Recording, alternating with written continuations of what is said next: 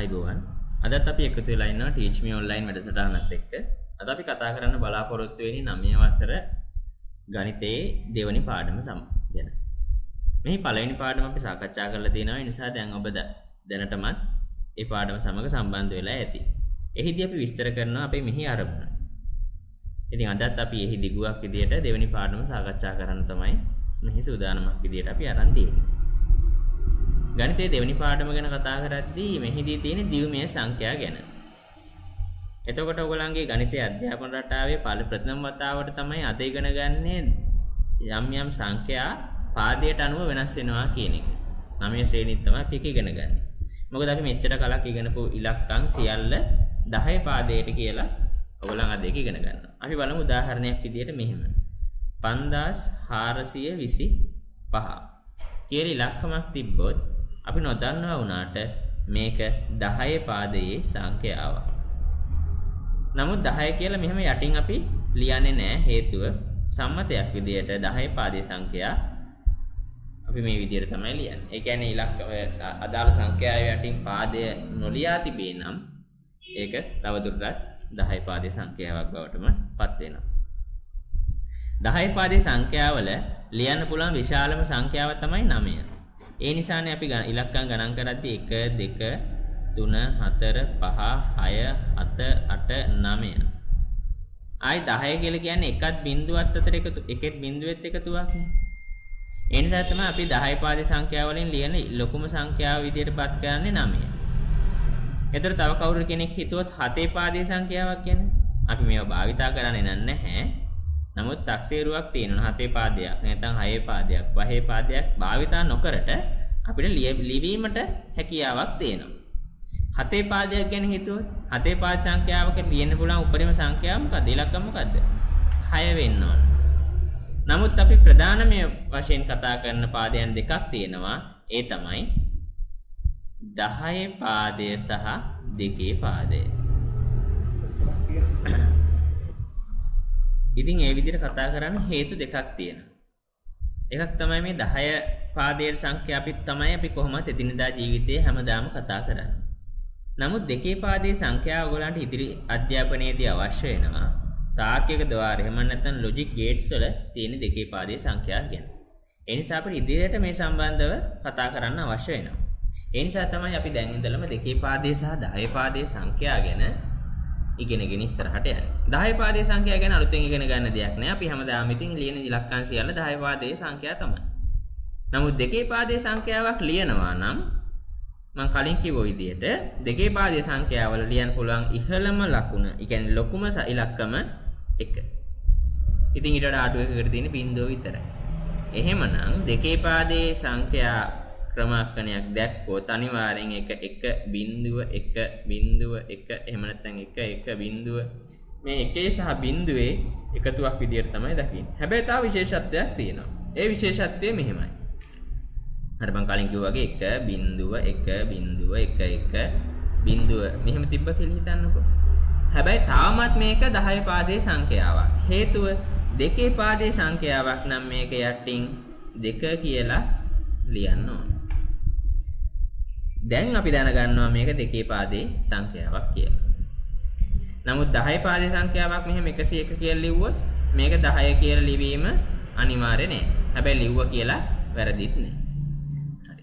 ඉතින් එහෙමනම් දැන් අපි මේ පාඩම ඉගෙන ගන්න හදන්නේ ඔන්න ඔය විදියට දියුමේ සංඛ්‍යාවක් හඳුනා ගැනීම, දශමයේ සංඛ්‍යාවක් දියුමේ සංඛ්‍යාවක් බවට පරිවර්තනය කිරීම, ඒ වගේම දියුමේ සංඛ්‍යාවක් දශමයේ සංඛ්‍යාවක් බවට පරිවර්තනය කිරීමට. ඒ කියන්නේ 10 පාද එකක් 2 පාදයට හරවන්න, 2 පාද එකක් 10 පාදයට හරවන්න. ඒ වගේම දියුමේ සංඛ්‍යා 2 පාදේව එකතු කරන්න අඩු කරන්න සහ දියුමේ සංඛ්‍යා භාවිතා වන අවස්ථාවන් හඳුනා ගැනීමට. ඔන්න ඔක තමයි මේ පාඩයෙන් අපි බලාපොරොත්තු වෙන්නේ. ඉතින් අපි දැන් හඳුනාගෙන ඉදිරියට යමු. හොඳයි. දැන් අපි යමු දියුමේ සංඛ්‍යා දියුමේ ආකාරයෙන් සංඛ්‍යාවක් දැක්වීම කියන මාතෘකාවට. අපිට පොඩි උදාහරණයක් දීලා තියෙනවා. මේ බලන්න 2 බිංදුව වෙනි බලය ගැන කියලා තියෙනවා. අපි දන්නවා 2 බිංදුව වෙනි බලය 1යි. 2 1 වෙනි බලය 2යි. 2 දෙවෙනි බලය 4යි. 2 3 වෙනි බලය 8යි. 2 4 වෙනි බලය ඔන්න ඔය විදිහට ප්‍රමාණ 16යි. 2 පස්වෙනි බලය 32යි. ඒ විදිහට අපිට 64 128 250 6 සහ 512 ලියන්න පුළුවන්. තව දුරටත් තියෙනවා නම් 2 10 වෙනි බලය 1024යි. ඉතින් ඔන්න ඔය විදිහට 2 පාදයේ සංඛ්‍යා ප්‍රමාණිකූලව ලියලා තියෙනවා. ඉතින් දැන් මේකෙන් අපි අරමුණ වෙන්නේ එහෙනම් 2 බල මගින් 10 සංඛ්‍යාවක් 2 පාදයෙන් ලියන්න පුළුවන් කියන එක තමයි අපි මේකෙන් හිතා ගන්න හදන්නේ. ඉතින් උදාහරණයකුත් දීලා තියෙනවා. 13 ලියන්න පුළුවන් විදියක් ගැන ලියලා තියෙනවා. අපි 13 මෙහෙම ලියමුද බලන්න. 13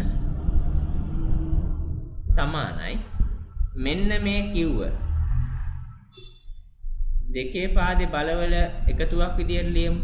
අපි දන්නවා 2 පාදේ බලවල පළවෙනි එක තමයි 1. දෙවෙනි එක 2. තුන්වෙනි එක 4. ඊට පස්සේ 8 16. ඔන්න ඔය විදියට 13 ලියාගමු. 13 ලියන්න පුළුවන් නේද? 1ට 4ක් එකතු කරනවා. ඊට පස්සේ 8ක් එකතු කරනවා. මොකද 4යි 1යි 5යි 5යි 8යි 13යි. ඉතින් මෙන්න මේ විදිහට අපිට මේ 13 ලියන්න පුළුවන්. එතකොට මේ 13 සමාන වෙනව නේද? 1 කියලා කියන්නේ 2 බිඳුවෙනි බලයට. 4 කියලා කියන්නේ 2 දෙවෙනි බලයට. 8 කියලා කියන්නේ 2 තුන්වෙනි බලයට. එහෙනම් 13 ලියන්න පුළුවන් 2 බලවල එකතුවක් විදියට. නමුත් අපි තාම 2 පාදේ සංඛ්‍යාවක් බවට පත් කරේ නැහැ 13. අපි දැන් ඉස්සරහට කරමු. නමුත් දැන් අපි තේරුම් ගත්තා 13 ලියන්න පුළුවන් 2 පාදේ 2 බලවල එකතුවක් විදියට.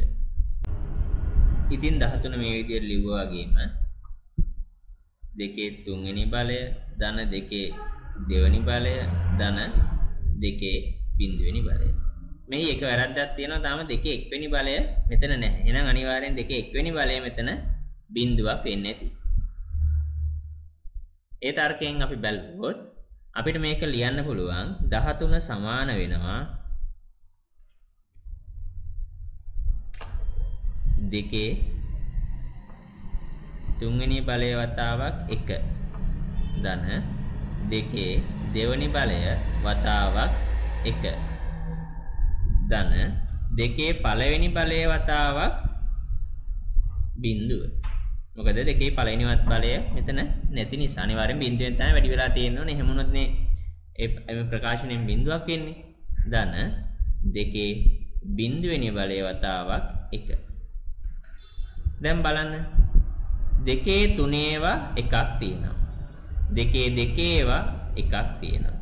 2 1 බිඳුවක් තියෙනවා. 2 බිඳුව එකක් තියෙනවා. එහෙනම් 13 ලියන්න පුළුවන් 1 බිඳුව 1 1 බිඳුව 1 2 පාදයට කියලා. එහෙනම් 13 2 පාදයෙන් ලිව්වොත් 1 1 බිඳුව 1 විදියට ලියන්න පුළුවන්. අපි තව උදාහරණයක් කරන් බලමු. අපි තව උදාහරණයක් බලමු. උදාහරණයක් විදියට බලමු 20 කියන උදාහරණය. අපි නිදසුනක් විදියටත් ඒක දීලා තියෙනවා. අපි තවත් ඒක තේරුම් ගන්න උත්සාහ කරමු. අපි අර කලින් කතා කරපු විදියට 20ත් ලියන්න පුළුවන් නේද? 2 බලවල එකතුවක් විදියට. 2 බල ටික ලියාගෙන ගියොත් අපි දන්නවා 1 2 4 8 16 එහෙමනේ. එහෙමනම් අපිට 20 ලියන්න පුළුවන් 2 බලයක් වන 2 හතරවෙනි බලය වන 16 සහ 2 දෙවෙනි බලය වන 4 එකතුවක් විදියට. ඉතින් කලින් විදියට අපි ලියන්න. එතකොට 16 කියලා කියන්නේ 2 හතරවෙනි බලය. එකතු කිරීම 4 කියලා කිව්වේ 2 දෙවෙනි බලයට. ඉතින් එහෙනම් 2 හතරවෙනි බලයේ ඉඳලා 2 බිඳුවෙනි බලය දක්වාම ලියන්න ඕනේ. එහෙනම් යම් කිසි පද මෙතන එහෙම නැත්නම් 2 තුන්වෙනි බලයේ මේකේ බිඳුවක් වෙලා තියෙනවා. 2 එක්වෙනි බලයේ බිඳුවක් වෙලා තියෙනවා.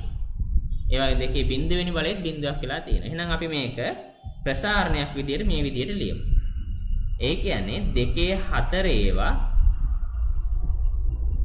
එකක් තියෙනවා. ඒ වගේම 2 තුන්වෙනි බල තියෙන්නේ බිඳුවයි. බිඳුව ගුණ කිරීම 2 තුන්වෙනි බලය. ධන. ඒ වගේම මෙතන 2 දෙකෙහි බල එකක් තියෙනවා. 1 ගුණ කිරීම 2 දෙවෙනි බලය. ධන 2 එක්වෙනි බල කීයක්වත් නැහැ. එහෙනම් බිඳුවයි. බිඳුව ගුණ කිරීම 2 1. ධන දෙකේ බිඳුවේ බල බිඳුවයි තියෙන්නේ. බිඳුව ගුණ කිරීම දෙකේ බිඳුව. එතකොට මේ විදියට ක්‍රමාරෝපණය කරගත්තොත් ප්‍රසාරණය කරගත්තොත් අපිට බලන්න පුළුවන් දෙකේ හතරවෙනි බල එකක් තියෙනවා. දෙකේ තුන්වෙනි බල බිඳුවක් තියෙනවා. ඒ කියන්නේ එකක්වත් නැහැ කියන එක. දෙකේ දෙකෙහි බල එකක් තියෙනවා. දෙකේ එකේ බල කීයක්වත් නැහැ. දෙකේ බිඳුවේ බල කීයක්වත් නැහැ. ඉතින් මේක ලියන්න පුළුවන් 1.1 දෙකේ බලය කියලා. එහෙනම් 10 පාදයෙන් 20 සමාන වෙනවා දෙකේ පාදයෙන් 1.1ට. මෙන්න මේ පසුපස තියෙන බිඳු දෙක ලිව්වත් නොලිව්වත් ප්‍රශ්නයක් වෙන්නේ නැහැ. ඉතින් මේ විදිහට අපි ලියන්න පුළුවන් 1.1 වතාවක් දෙකේ පාදයට කියලා. ඉතින් මේ විදිහට දැන් අපි තේරුම් ගත්තා සංඛ්‍යාවක් දෙකේ බලවල එකතුවක් විදිහට දෙකේ පාදයට හරවන්න පුළුවන් කියලා. ඉතින් උදාහරණයක් විදිහට 13 ගත්තා 20 ගත්තා. දැන් ප්‍රශ්නයක් වෙනවා ඕනම සංඛ්‍යාවක් ඒ විදිහට ලියද්දී අපි යම් ගැටලු ඇති වෙනවා. දැන් උදාහරණයක් විදිහට 22 වගේ ලියද්දී දෙකේ පාදේ සංඛ්‍යාවල එකතුවක් විදිහට ලියද්දී ගැටලුවක් ඇති වෙන්න පුළුවන්. 13. එහෙම නැත්නම් 25. ඒ වගේ සංඛ්‍යා ලියද්දී දෙකේ පාදයන් ලියද්දී අපිට ගැටලුවක් ඇති වෙන්න පුළුවන්. ඒ නිසා පහසු ක්‍රමයක් තියෙන්න ඕන. ඔය සෑම සංඛ්‍යාවක්ම දෙකේ පාදයෙන් එකපාරෙන් හිතා ගන්න පුළුවන් ක්‍රමයක්. ඉතින් අපි දැන් ඊට පස්සේ අධ්‍යයනය කරන්න හදන්නේ කොහොමද එහෙම දෙකේ පාදයේ සංඛ්‍යාවකට පහසුවෙන්ම හරවගන්නේ කියලා. උදාහරණයකුත් අපිට දීලා තියෙනවා වැඩ පොතේ. අපි උදාහරණයම කතා කරමු. ඒ උදාහරණේ තියෙනවා 22 කොහොමද? ඒ කියන්නේ 10 පාදයේ සංඛ්‍යාවකින් 22 කොහොමද දෙකේ පාදයකට හරවන්නේ කියලා. හරි. අපි බලමු 22 මෙහෙම ලියමු. ඊට පස්සේ 22 බෙදාගෙන යනවා දෙකේ 22 දෙකෙන් බෙදුවම 11ක් ආවා. ඉතිරි වුණාද කීයක් හරි? මොකද 22 දෙකෙන් බෙදුවම 11යි ඉතිරි වෙන්නේ නැහැ. ඉතිරි ප්‍රමාණය බිඳුවයි. 11 නැවත අපි දෙකෙන් බෙදමු. 11 දෙකෙන් බෙදුවම අපි දන්නවා දෙවරක් 5 10යි. ඒ නිසා 11 දෙකෙන් බෙදුවම 5යි. 10යි කියන තව එකක් ඉතුරුයි. ඉතිරි එකක්. 5ත් නැවත අපි දෙකෙන් බෙදමු. 5 ඉතිරි නැතුව දෙකෙන් බෙදන්න බෑ. ඒ නිසා 5 දෙකෙන් බෙදුවම 2යි. නැවත ඉතිරි එකක්. නැවත දෙක දෙකෙන් බෙදමු. දෙක දෙකෙන් බෙදුවම අපි දන්නවා දෙක දෙකෙන් බෙදුවම 1යි. ඉතිරි නැහැ කීයක්. දැන් අපේ ආරමුණ දෙකේ පාදේ සංඛ්‍යාවක් විදියට මේක ලියන එක. දැන් ඔයගලන්ට පේනවා ඇති යම්කිසි සංඛ්‍යාවන් කිහිපයක් මෙන්න මේ ආකාරයට තියෙනවා. අයට ඉතිරි වෙච්ච සංඛ්‍යා ටිකක් තියෙනවා. ඒ ඉතිරි වෙච්ච සංඛ්‍යා ටික මම මෙන්නම ලියා ගන්නවා. මේ බලන්න. 1 බිඳුව 1 නැවත 1 බිඳුව. මෙන්න මේ ටික තමයි මම ලිව්වේ. මෙන්න මේ ටික. මේ බලන්න 1.1 බිඳුව. ඒක මොන පාදයට? දෙකේ පාදයට. හොඳයි අපි පටන් ගමු 2.1 අභ්‍යාසය. ඒකෙන් අපිට පුළුවන් තව දුරටත් කොහොමද 10 පාද සංඛ්‍යාවක් දෙකේ පාදයට හරවන්නේ කියලා. අපි මේ විදිහට මේ පාඩම් සාකච්ඡා කිරීමෙන් බලාපොරොත්තු වෙන්නේ ඒකමයි. අභ්‍යාස ඔබ තනියම කිරීමේදී අපිට ගැටලු පැනනගෙනවා. එම ගැටලු වලට විසඳුමක් ඔබ ළඟටම ගෙනල් දීම අන්තර්ජාලය තුලින් ඔබ ළඟටම ගෙනල් දීම තමයි මෙහි බලාපොරොත්තු වෙ විදිහට අපි බලාපොරොත්තු.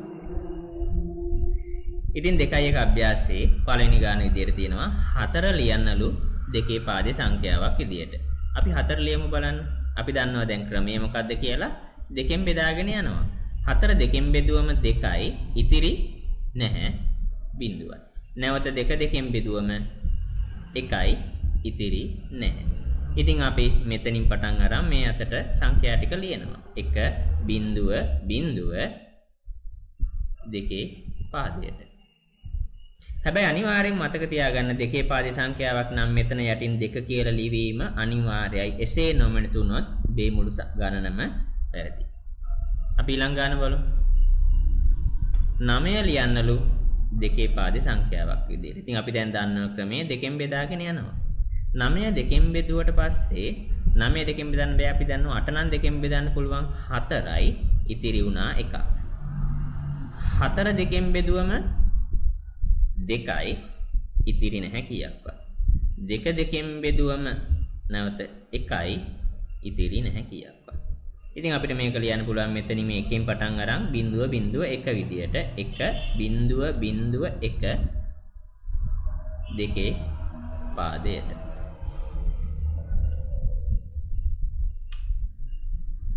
දැන් අපි තරම ලොකු සංඛ්‍යාවක් බලමු. මෙතන බලමු 43. 43 ලිව්වා.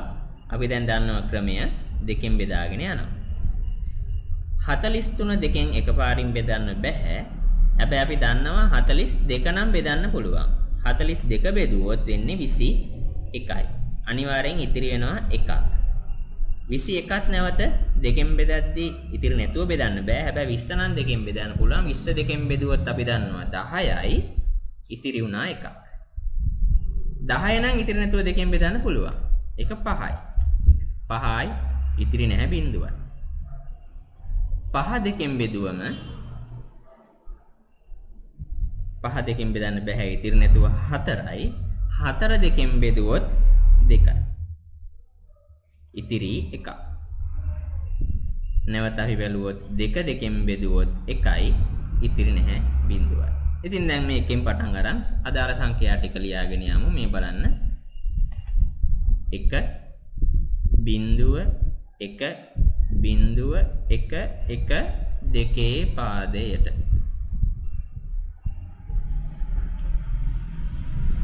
ඉතින් ওই විදිහට මේ මුළු අභ්‍යාසෙම ඔබට තනිව කරන්න පුළුවන්. 168 97 57 ඔන්න වගේ ඕනම සංඛ්‍යාවක් දෙකේ පාදයට ලියන්න. ඒක ඔබ තනියම කරන්න කියලා මම ඉල්ලීමක් කරනවා. දැන් අපිට ඊළඟට තියෙනවා කතා කරන්න දීමේ සංඛ්‍යා දශම සංඛ්‍යා ලෙස දැක්කේ. දැන් මෙච්චරලා කරේ 10 පාදයේ එකක්. එහෙම නැත්නම් දශමයේ සංඛ්‍යාවක් දීමේ සංඛ්‍යාව. එහෙම නැත්නම් දෙකේ පාදයට හරවපේක. දැන් දෙකේ පාදයෙන් තියෙන සංඛ්‍යාවක් කොහොමද 10 පාදයට හරවන්නේ කියලා අපි බලමු. හොඳයි මේකත් ඒ දීලා තියෙන උදාහරණෙම පටන් ගමු. උදාහරණයක් විදිහට දීලා තියෙනවා 1.1 දෙකේ පාදයට. දැන් මේක 10 පාදයක් විදිහටනේ හරවන්න තියෙන්නේ. අපි චුට්ටක් මේකේ සිද්ධාන්තයක් තියෙන එක අපි ඉගෙන ගෙනියමු. මේ අවසාන ඉලක්කම කියලා කියන්නේ දෙකේ බිඳුව වෙනි බලය. මේ කියන්නේ දෙකේ එක් වෙනි බලය. මේ තියෙන්නේ දෙකේ දෙවෙනි බලය. මේ තියෙන්නේ දෙකේ තුන්වෙනි බලය. එහෙමනම් මේ දෙකේ බිඳුවේවා එකක් මෙතන තියෙනවා. දෙකේ එකේවා බිඳුවක් මෙතන තියෙනවා. දෙකේ දෙකේවා එකක් මෙතන තියෙනවා. දෙකේ තුනේවා එකක් මෙතන. ඒක තමයි මේ අපිට මේ කියලා තියෙන්නේ. ඒක ඔබට මතක ඇති 10 පාද සංඛ්‍යාවක් දෙකේ පාදයට හරවද්දිත් අපි ওই સિદ્ધාන්තය උපයෝගී කරගත්තා. ඉතින් ඒක භාවිතයෙන් අපි දැන් මෙහෙම ලියමු. මෙහෙම තේරුම් ගන්න බලන්න. එහෙනම් මේ සංඛ්‍යාව ලියලා තියෙන්නේ දෙකේ තුනේ බල එකක් තියෙනවා. එකතු කිරීම දෙකේ බල කීයක් තියෙනවද? එකක් තියෙනවා. එකතු කිරීම දෙකේ එකේ බල කීයක් තියෙනවද? බිඳුවක් තියෙනවා. එකතු කිරීම දෙකේ බිඳුවේ බල එකක් තියෙනවා. දැන් ඉතින් මේ ටික අපි ලියාගෙන යමු. දෙකේ තුන කියලා කියන්නේ 8යි. 8 වරක් එක 8ම තමයි. ධන දෙකේ දෙවෙනි බලය කියලා කියන්නේ 2 වරක් 2 4යි. 4 වරක් එක 4ම තමයි. ධන දෙකේ එක කියලා කියන්නේ 2යි. නමුත් බිඳුවෙන් ගුණ කරාම එම ප්‍රකාශනයේ බිඳුවක් වෙනවා. එකතු කිරීම දෙකේ බිඳුව කියලා ඕනම සංඛ්‍යාවක බිඳුව 1යි. එක එකතු කරාම එකම තමයි. එහෙමනම් දැන් බලමු 8යි 4යි එකතු කරාම 12යි 12යි 1යි එකතු කරාම 13යි. එහෙනම් 1.1 දෙකේ පාදයේ සංඛ්‍යාව 10 පාදයෙන් ලිව්වොත් 13 වෙනවා. ඔබට මතක ඇති අපි උදාහරණයක් විදිහට 13 10 පාදයේ දෙකේ පාදයෙන් ලියද්දිත් මෙන්න මේ පිළිතුරම තමයි ආවේ. ඒ නිසාම තමයි අපේ අච්චු පොතේ එකම උදාහරණය දෙපැත්තටම සාකච්ඡා කරලා තියෙන්නේ. ඒකෙන් අපිට තේරුම් ගන්න පුළුවන් දෙකේ පාදයක් 10 පාදයට හැරෙන විදියත් 10 පාදයක් දෙකේ පාදයට හැරෙන විදියත්. ඉතින් ඒත් එක්කම ඔයගලන්ට අභ්‍යාසිකුත් දීලා තියෙනවා කරන්න. අපි අභ්‍යාසෙ පටන් ගමු. හොඳ අපි මේ ගාන හදලා බලමු. ඊට මෙන්න තියෙන එක 1.1 දෙකේ පාදයට. දැන් අපි දන්නවා මේ තියෙන්නේ දෙකේ බිඳුවෙනි බලය, මේ තියෙන්නේ දෙකේ එක්වෙනි බලය, මේ තියෙන්නේ දෙකේ දෙවෙනි බලය. ඉතින් අපිට දැන් මේක ලියන්න පුළුවන් දෙකේ ඒවා එකක් තියෙනවා. එකතු කිරීම දෙකේ එකේ ඒවා බිඳුවක් තියෙනවා. එකතු කිරීම දෙකේ බිඳුවේ ඒවා එකක් තියෙනවා. දෙකේ දෙවෙනි බලය කියලා කියන්නේ 4යි 4ක් එක 4ම තමයි. එකතු කිරීම දෙකේ එක්වෙනි බලය 2 වුණාට බිඳුවෙන් ගුණ කරාම ඕනම සංඛ්‍යාවක් බිඳුව නිසා මේ ප්‍රකාශනය මෙතන බිඳුවයි. එකතු කිරීම දෙකේ බිඳුවෙනි බලය 1යි. දෙකේ වෙනම ඕනම සංඛ්‍යාවක බිඳුවෙනි බලය 1යි. එක එකකින් ගුණ කරාම 1යි. එහෙනම් 4යි 1යි 5යි. තව උදාහරණයක් බලමු. ඊය ලොකු එකක් අපි බලමු අරගෙන මේක බලමු 1 2 3 4 5. එකේ ඒවා පහක් තියෙනවා. 1 2 3 4 5. දෙකේ පාදයට. ඉතින් මෙතනත් එහෙමයි. මේ දෙකේ බිඳුව 1 2 3 4. එහෙනම් අපිට මේක ලියන්න පුළුවන් දෙකේ 4 වෙනි බලය වතාවක් 1යි. ධන දෙකේ 3 වෙනි බලය වතාවක්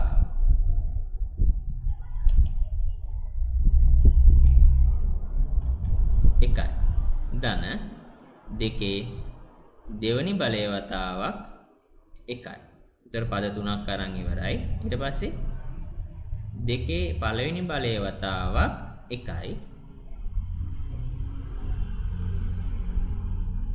ධන දෙකේ බිඳුව වෙනි බලය වතාවක් එකයි. ඉතින් මේක සමාන වෙනවා. අපි දන්නවා දෙකේ 4 වෙනි බලය කියන්නේ 16ට. ධන දෙකේ 3 වෙනි බලය කියලා කියන්නේ 8ට.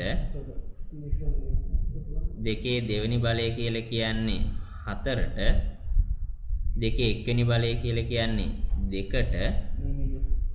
ඒ වගේම දන්නවා දෙකේ බිඳුවෙනි බලය කියන්නේ මොකක්ද කියලා අපි දන්නවා ඕනම සංඛ්‍යා බිඳුවේ බලය 1ට. දැන් ඉතින් මේ ටික එකතු කරමු. 16ට 8ක් එකතු කරාම 24යි 24ට 8ක් 4ක් එකතු කරාම 28යි 2යි 30යි 1යි 31යි. ඒ කියන්නේ මේ 31 තමයි මේ දෙකේ පාදයෙන් විදිහට ලියලා තියෙන්නේ. එහෙම නැත්නම් දෙකේ පාදයේ මේ සංඛ්‍යාව තමයි 31ට සමාන වෙන්නේ. ඉතින් මේ උදාහරණ සියල්ලම සියලුම ටික ඔයගලන්ට මේ විදිහට කරගෙන යන්න පුළුවන්. දැන් අපිට කියනවා දීමේ සංඛ්‍යා එකතු කිරීමක් ගැන. දැන් අපි ක්‍රමානුකූලව ආවා දීමේ සංඛ්‍යා සහ 10 පාදයේ සංඛ්‍යා කියලා දෙකක් තියෙනවා කියලා දැනගත්තා. 10 පාදයේ සංඛ්‍යා දීමේ සංඛ්‍යා වලට හරවන්න දැනගත්තා. දීමේ සංඛ්‍යා 10 පාදයට හරවන්න දැනගත්තා ඉගෙන ගත්තා. දැන් කියනවා දැන් එහෙම හරවගත්තු දීමේ සංඛ්‍යා දෙකේ පාදයේ සංඛ්‍යා එකතු කරන්නේ කොහොමද? අඩු කරන්නේ කොහොමද? දැන් අපි ඉදිරියට බලාපොරොත්තු වෙන්නේ යන්නේ දේවල් ටික සාකච්ඡා කරන්න. බලමු මේ උදාහරණ. ඊළඟ දින උදාහරණය අපි සාකච්ඡා කරමු 1.1 දෙකේ පාදයට එකතු කරලා තියෙනවා 1ට දෙක පාදයට. අපි දැන් එකතු කරමු බලන්න. දැන් කවුරු හරි කෙනෙක් එකපාරට 1 1 එකතු කිරීම 2 කියලා දැම්මොත් ඒක නිවැරදි වෙයිද? ඒක නිවැරදි වෙන්න හේතුවක් නැහැ. මතක ඇති මම මේ පාඩම මුලදී ඉඳලම කිව්වා දෙකේ පාදයේ සංඛ්‍යාවක ලියන්න පුළුවන් උපරිම සංඛ්‍යාව 1යි කියලා. එහෙනම් දෙකේ පාදයේ සංඛ්‍යාවක ලියන්න බෑ. අර උදාහරණයක් විදිහට 10 පාදයේ සංඛ්‍යාවල උපරිම සංඛ්‍යාව 9නේ. ඒකේ 9න් ඉහළට අපිට සංඛ්‍යා නැත්තේ. ඒ වගේ දෙකේ පාදයේ ගැන කතා කරද්දී දෙකේ පාදයේ සංඛ්‍යාවක ලියන්න පුළුවන් උපරිම සංඛ්‍යාව 1 නම් තවදුරටත් මේ 2 ලියන්න බෑ.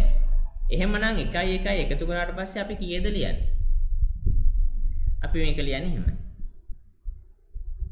ඉතින් 1 1 එකතු කරාට පස්සේ 2 නොලියා එකට වඩා අඩු ඉලක්කම එහෙම නැත්නම් දෙකට වඩා අඩු ඉලක්කමක්ද ලියන්නේ කියන එක අපි තේරුම් ගන්න නම් අපිට නිදසුනත් එක්කම දීලා තියෙන උදාහරණය සාකච්ඡා කරමු. මේ බලන්න මෙතන මේ නිදසුනේ දෙකේ බිඳුවෙනි බලය. දෙකේ බිඳුවෙනි බලය. මේ බෝල දෙකේ උදාහරණයක් විදිහට පුංචි කාලේ ඝනකරාමු කියලා පාඩමක් තිබ්බේ. ඝනකරාමු වල විදිහට දැම්මොත් මේ දෙකම එකතු කරලා මෙතෙන්ට දැම්මම මේක පුරවන්න බෑ. මොකද එකකට දාන්න පුළුවන් එකයිනේ. ඒ නිසා අපිට සිද්ධ වෙනවා මේ බෝල දෙකම එකක් බවට පරිවර්තනය කරලා එහා පැත්තකට යවන්න. දැන් උදාහරණයක් විදිහට කිව්වොත් 1 1 එකතු කරාට පස්සේ අපිට දාන්න වෙන්නේ 2 නෙමෙයි බිඳුව. ඉතුරුනා අනෙකක් ඒක මෙතෙන්ට එනවා. ඒකයි මේ බිඳුව එකතු කරාම 1 කියලා ලියනවා. ඉතින් නැවතත් මෙතන තියෙන එකක් 1යි බිඳුව එකතු කරාම 1 කියලා ලියනවා. මේක අර උදාහරණයක් විදිහට අපි 5 එකතු කිරීම 5 10 පාදේ සංඛ්‍යාවක 5 එකතු කිරීම 5 ලිව්වම 10 ආවේ කොහොමද? 5යි 5යි එකතු කරාම 10 කියලා සංඛ්‍යාවක් නැහැනේ. 10 කියලා කියන්නේ එකත් බිඳුවක්නේ. 10 9ට වඩා වැඩි ඉලක්කමක් ආවා. එහෙනම් ඒක බිඳුව දැම්මා. තව කීයක් ඉතුරුනාද? ඒ ඉතුරු වෙච්ච එක මෙතෙන්ට ආවා. 1යි බිඳුවයි කියලා කියන්නේ නැවත 1යි. ඒ නිසා තමයි 5යි 5 එකතු වුණාම 10 ආවේ. ඒ වගේ එක බිඳුව එක දෙකේ පාදයට නැවත එකක් දෙකේ පාදයට එකතු කරාම අපිට එනවා 1 බිඳුව දෙකේ පාදයට. මේක තවදුරටත් විස්තර කරන්න පුළුවන් විදිහට තවදුරටත් තේරුම් ගන්න අපි තව උදාහරණයකට යමු. අපි තව උදාහරණයක් බලමු නිදසුනත් එක්කම. ඊට පස්සේ අපිට පුළුවන් 2 3 අභ්‍යාසය සාකච්ඡා කරන්න. ඒ උදාහරණෙත් තියෙනවා 1 1 1 බිඳුව 1. ඒකක් තියෙන්නේ දෙකේ පාදයටම තමයි. ඒත් එක්කම එකතු කරලා තියෙනවා 1 1 බිඳුව කියන එක. බිඳුව 1. 1 1 බිඳුව 1. ඒකක් තියෙන්නේ දෙකේ පාදයම තමයි. දැන් දෙකේ පාදයේ සංඛ්‍යා දෙකක් එකතු කරන්නම තමයි කලින් උදාහරණය වගේ මෙතනක් තියෙන්නේ. ඉතින් අපි දැන් කලින් උදාහරණය ගැන මතක් කරොත් අපි දන්නවා 1 එකතු කිරීම 1 2 කියලා ලියන්න බෑ කියලා. මොකද දෙකේ පාදේ නම් ලියන්න පුළුවන් උපරිම සංඛ්‍යාව 2.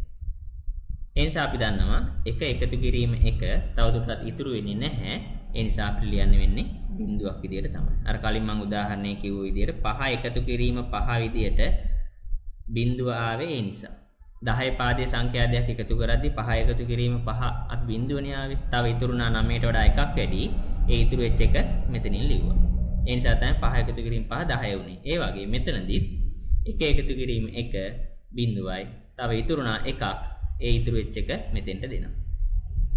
ඒ ඉතුරු වෙච්ච එක මේ බිඳුවත් එකතු වුණාම දැන් ඉතුරුලා තියෙන 1යි. ඒ නිසා 1 ලියන්න පුළුවන් හේතුව දෙකේ පාදේ සංඛ්‍යාවල උපරිම සංඛ්‍යාව 2ම නම් 1 ලිවීමේදී ගැටලුවක් වෙන්නේ නැහැ. දැන් ආයෙ අපි එනවා මෙතනට. 1යි 1යි අර ප්‍රශ්නේම එනවා. 1යි 1යි එකතු කරාට පස්සේ අපිට ලියන්න වෙන්නේ බිඳුවයි. ඒ එකත් මෙතෙන්ට යනවා. ඉතින් දැන් මෙතනදී ආයෙ ගැටලුවක් වෙනවා. දැන් මේ 1යි 1යි 1යි එකතු කරාම 3ක් ආවා. 3ක් ලියන්න බෑ. අපි 2ක් අඩු කරාම එකක් ඉතුරු වෙනවා. ඒ දෙක එකක් විදියට මෙතෙන්ට යනවා. ඒ 1යි මේ 1යි නැවතත් ආයි බිඳුවයි. ඉතුරුනා එකක් ඒක මෙතෙන්ට ආවම 1යි 1යි 1 බිඳුව 1යි. දෙකේ පාදයට. පැහැදිලි නේද? අපි තව උදාහරණයක් බලමු.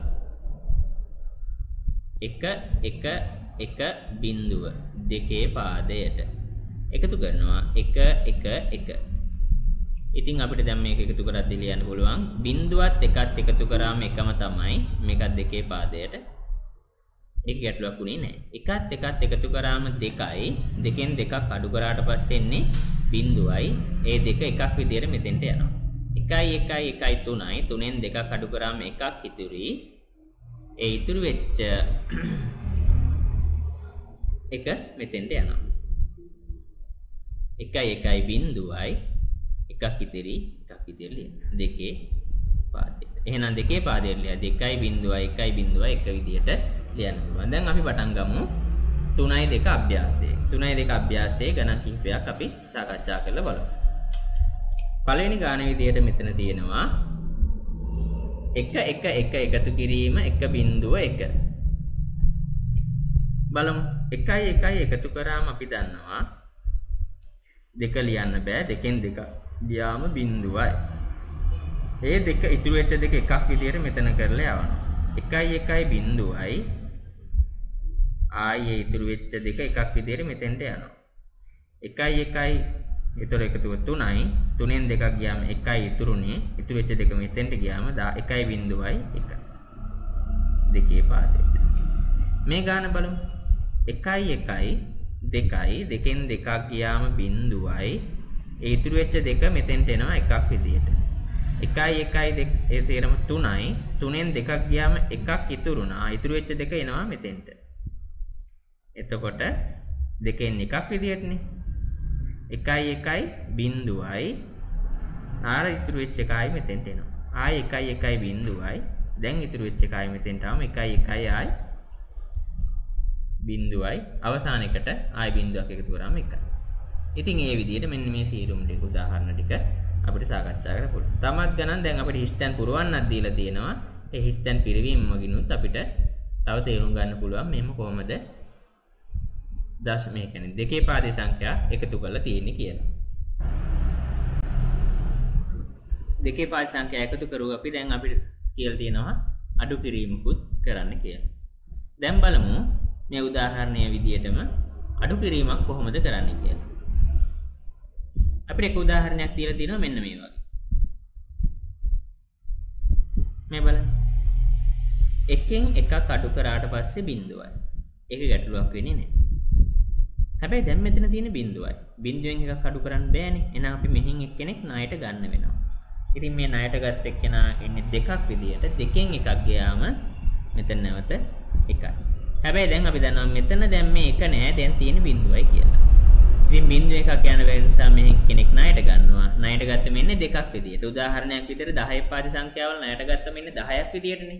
මතක ඇති පුංචි කාලේ. දැන් මෙතන ණයට ගත්තට පස්සේ ඉන්නේ දෙකක් විදියට. දෙකෙන් එකක් ගියාම එකයි. තවදුරටත් සංඛ්‍යා නෑ. එහෙනම් 1 බිඳුව 1 දෙකේ පාදයට අඩු කරාම 1 1 1 දෙකේ පාදයට පිළිතුරු විදියට එන්නේ 1 1 බිඳුව දෙකේ පාදයට කියලා. ඒක නිවැරදිද කියලාත් ආයි බලන්න පුළුවන් ක්‍රමවේදයක් අපිට පෙළපොතේ කියලා තියෙනවා. යම්කිසි සංඛ්‍යාවකින් සංඛ්‍යාවක් අඩු කරාට පස්සේ එන පිළිතුරට ඒ අඩු කරපු සංඛ්‍යාව එකතු කරාම නැවත පරණ පිළිතුර එන්න එපා. ඉතින් ඒ විදිහට ආයි එකතු කරලත් බලලා. එකතු කරාම කලින් පිළිතුරම ඇවිල්ලා.